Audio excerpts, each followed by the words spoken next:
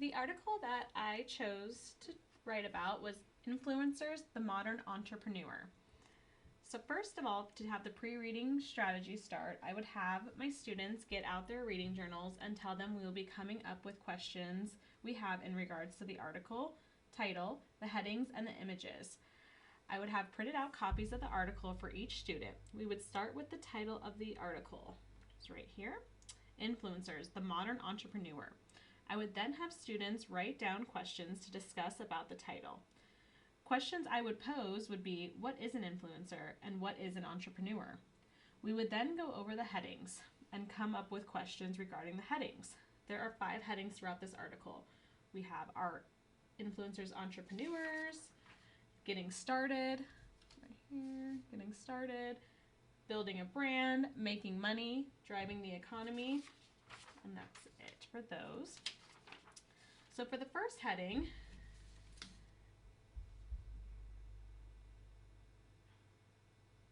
I would pose a question that, can anybody be an entrepreneur?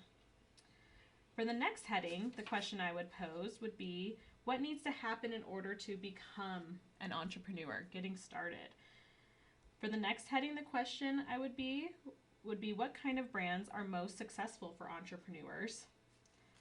The next one would be, how much money can an entrepreneur make if you are a successful entrepreneur? And the last one would be, are entrepreneurs helping the economy?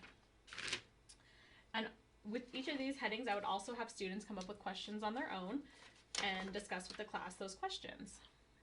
We would then look over the pictures and the students would formulate questions about the pictures. So the first picture, right up here, I would ask, what kind of influencers are Ethan and Grayson Dolan?